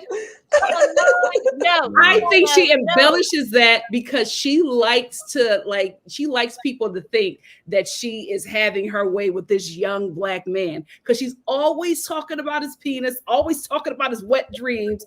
It's sick. Nobody believes it, Angela. No matter how many times you try to tell us. We all know that Michael is running away from you.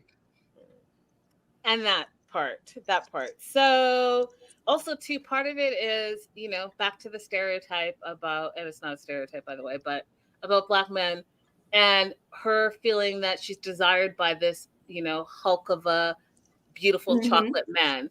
And I don't think so. I think she absolutely does, in my opinion. And why I say that is because if you look at anything Angela does with the filter, she wants to be the blonde hair, blue-eyed bombshell that this young Black man is going to go after and adore and love and appreciate and all of those things. I 100% think it's that. I 100% think, hold on. I 100% think that part of this is insecurity. Yeah. Right. So the insecurity comes out as controlling. I think that there's a slight layer of colonizer mentality mixed in with there, and sprinkle it with a little bit of racism, because you're not going to speak to any old person that way. You're speaking to specific people that way with no respect, period. So that being said, I do want to play this really quickly. Michael raised the money on his GoFundMe, okay? And this is allegations, but what I do know is true. Domestic abuse shows up in different forms. It's not just physical. It can be verbal. It can also be financial. And we've seen that throughout this 7-year relationship. He can't work. He can't be on social media. He can't benefit from all the money that's being made on what are those things that they do, you guys? What is it? Where they give you a shout out? Cameo. He's not making that cameo money. He's not making that live money because he can't be on social media. Can you imagine a grown-ass man could not be on social media for almost 7 years? So he raises this money. And here is Angela's response. You see, Michael made his goal. What is wrong with the United States of America? I am totally ashamed right now. Who gets a GoFundMe, makes $25,000 for legal fees when we got people out there that has to go see their sick kid, sick mom, or veterans out there that don't even get $25,000? Wake up, America. This is unacceptable. This is unacceptable. Cynthia, how are you, Oliver? Didn't Kibbles and Bits get you a GoFundMe? You didn't even save your house. Isn't she a good friend of yours? But she got Michael $25,000 raise. But Kibbles and Bits, thank you, because you forgot to tell Michael there's taxes on that, and also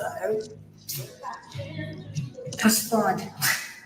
Just crowd of thought, guys. 25,000. Congratulations, Michael. You're gonna need it. Oh my God! Did you see? As you can see, the terror continues. The control continues. Okay, so she said a lot of things in that short video that are just simply not true. And I get, again, when I said it's sprinkled with racism, it oozes out. So this is a battle that's not only on our screens, you guys. This is his real life battle. April, I'm looking at you, and I feel like you want to say something. Oh, I was just gonna say, like, it looks like she had Botox on one side, and they hadn't done the other side, because you know how it's just all no filter. She forgot the filter. Either it was Botox or crack mouth. It's one or the other. Or a filter. Yeah, it's a she filter. didn't have a see what happened was she was having a crack moment, so she was just spurting out stuff, and she forgot to put the filter on, and she was just like mad. And you know, when you hype and you high and you just rambling off your mouth and this and that, that's what happened. She forgot the filter this time. Yeah, you know? No, she really is doing that like bait and switch that a lot of politicians do, where they start talking about one subject and make it equate unequally to another subject. So the fact that Michael can come here and get a GoFundMe, why are you relating that to a veteran?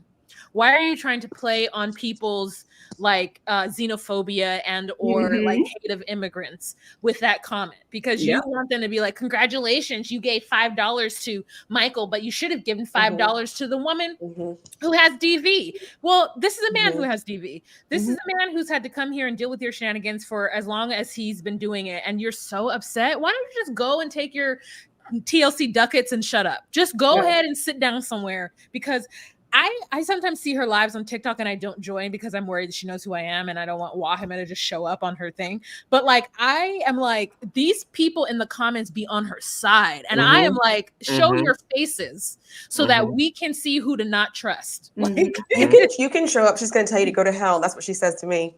But the only other thought that I had was that it,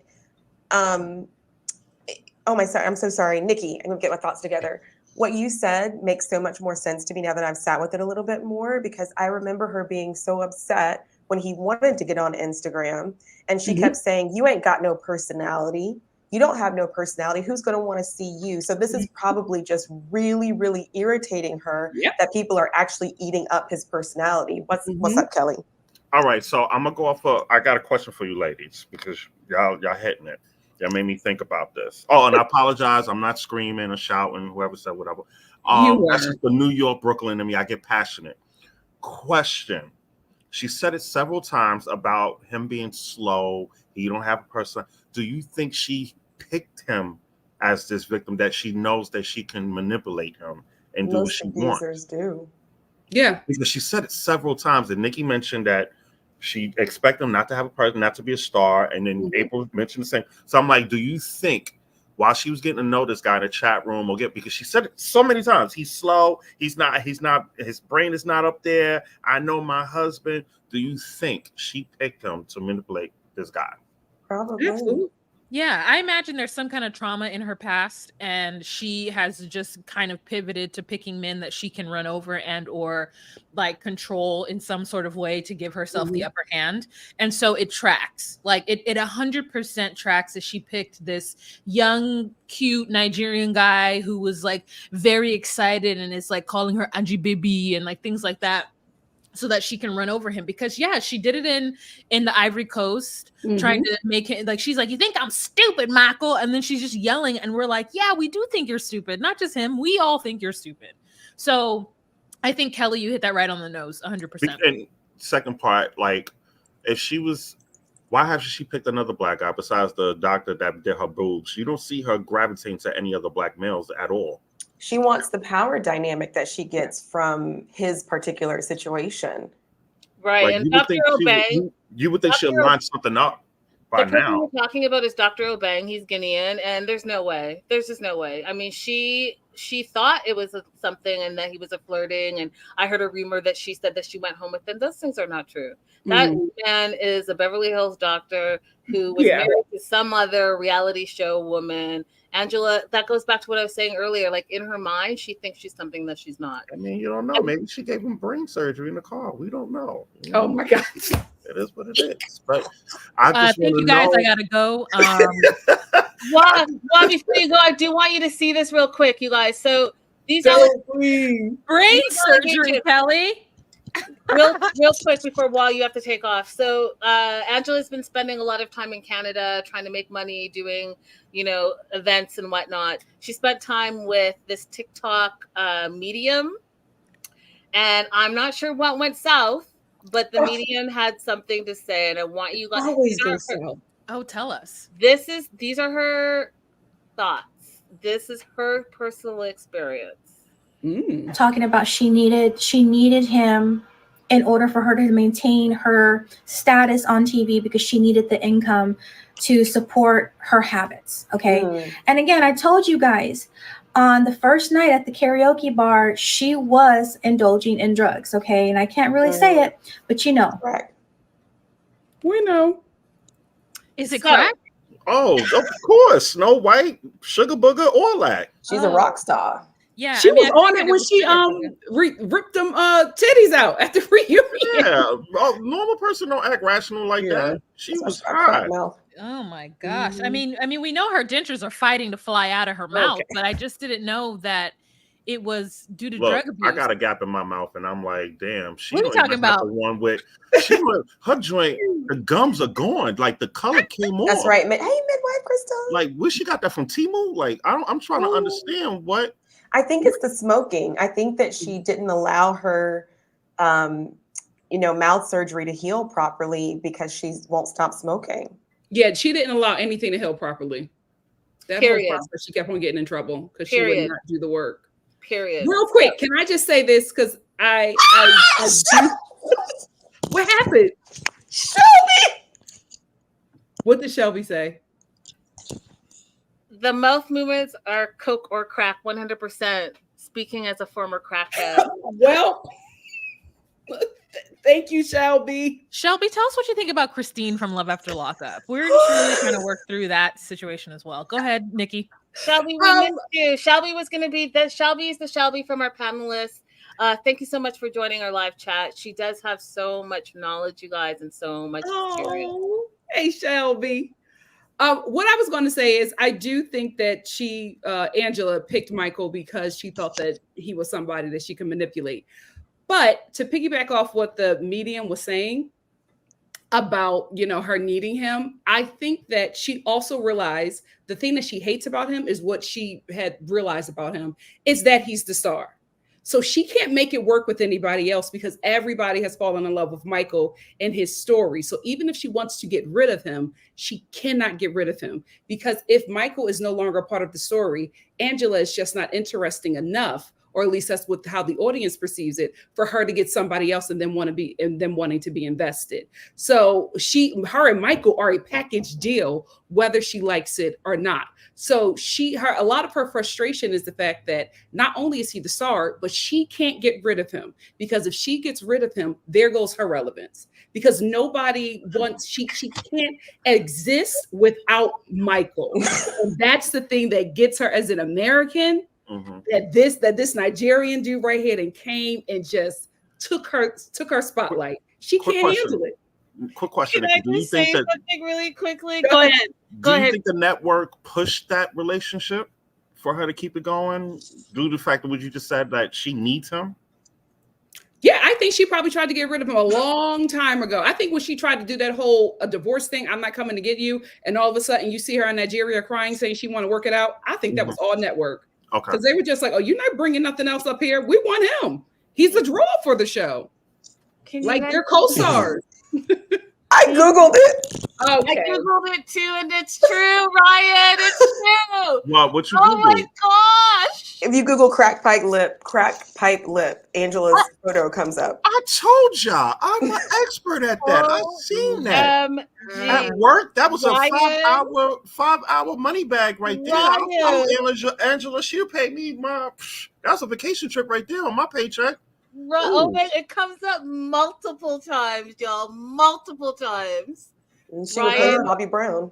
Ryan, I have no words anymore. I have no words. Oh my god. You could clearly see that. You could clearly see it. This is the same network that used to show us the baby story, y'all. Can you believe it? Yeah. Yeah, no, I love the TLC. Okay, guys, I do have to. Thank you. You guys, before you leave, one more time, shout out all your socials. Yes. Okay, so you can follow me at Just Call Me Wah. You can follow my podcast where we talk about everything 90 Day Fiance, docu-sweeties, as well as Love After Lockup. You can also follow my co-host Chris Farah at Everywhere Chris L. Farah. So thank you guys so much for having me on the show. It was a pleasure to meet April and Kelly. Nikki, love you boots down. Can't wait for the pumpkin spice content. I'm looking at my Dutch oven right now, sitting on my glass top stove, and I'm like, dang, break. And Linda, thank you so much for bringing us together. Like, absolutely 100%. Like, love you for all that you do. And my tagline for Just Call Me Wah is melanated. Yes! When your name pops up, I'm like, what Linda got to say? What all the things. And Chris and I send it back and forth of like, do you see what Melanated Way posted? Like, yeah. So thank you guys so much for having me. Thank you to the audience. Becca Kitty Meow Meow has been down with me for a long time, and so has Joslo. So love you guys so much, and see you guys later. Bye. Bye. Okay, so we're down to 4. Oh my god, you guys. So we're going to wrap up. Any last thoughts before we do our social media shout outs? Nikki, I'll start with you. I'm just happy that Michael is free. I love seeing him just having a good time, seeing the America that he was hoping and dreaming about. I'm happy for him. I'm happy that he got away from Angela. And I hope TLC either takes her off our screen or reels her in, because it's just not enjoyable to watch anymore. Kelly? I agree with Nikki. The same thing. I just want them off.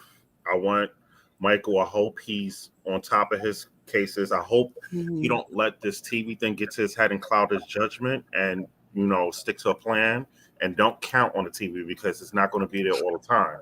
Do what you got to do, get cleared, and strive for that American dream. That's all I'm praying for Michael to win. Yeah. April?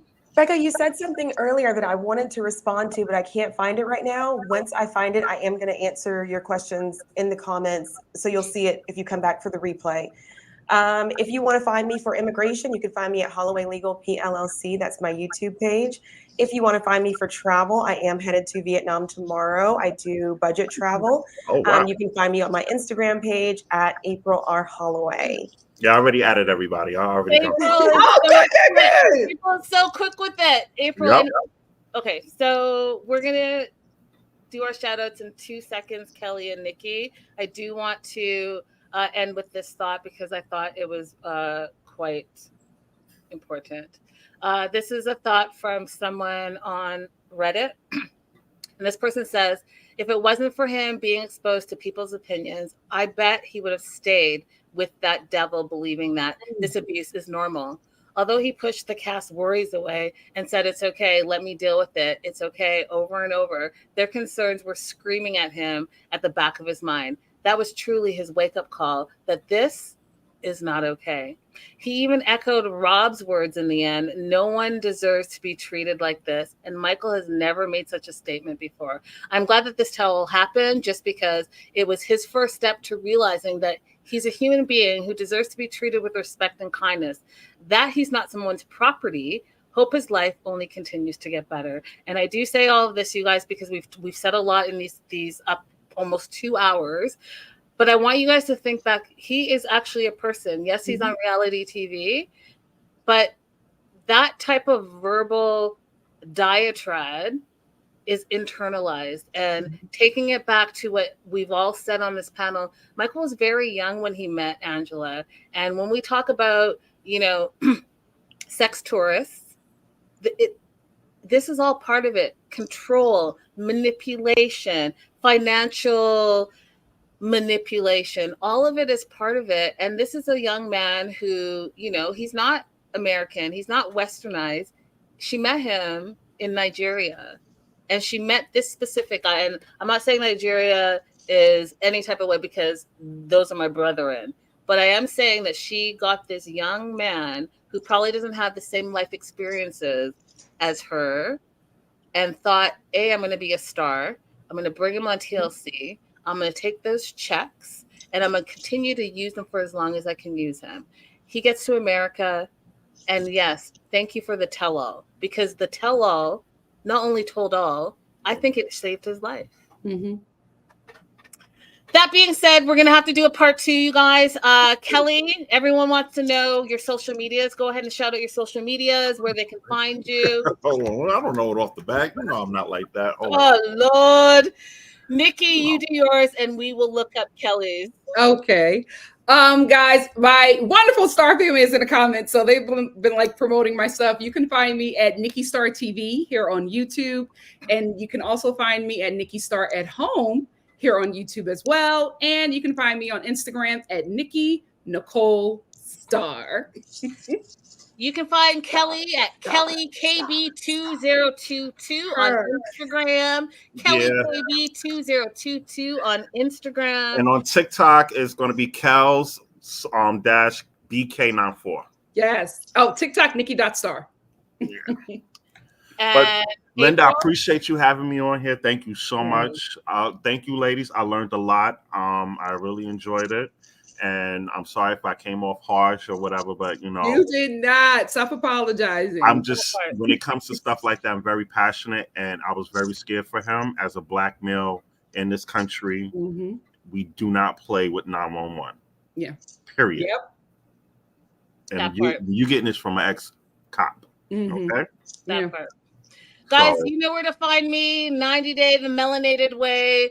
Despite what you heard, again, if you're just joining us as we wrap, I am not a TLC plant, despite the crazy cast member who is spreading rumors about myself and Armando and Kenny. Those are lies.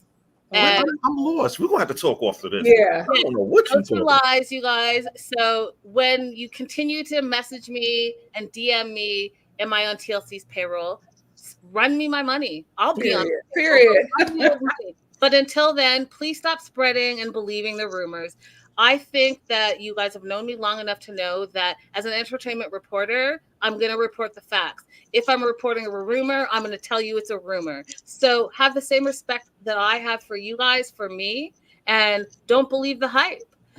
90 Day the Melanated Way, all across social media. You can find me on TikTok. You can find me on Instagram. You can find me on Facebook. You can find me on YouTube. You guys, make sure you like and subscribe. We'll do another round of this. You guys, I've missed you. And it's been a while, but this has been a pleasure. It's been a pleasure, you guys. Thank you. Don't forget to like and subscribe. Live chat. We will see you again soon. Bye for now. Bye. TFN.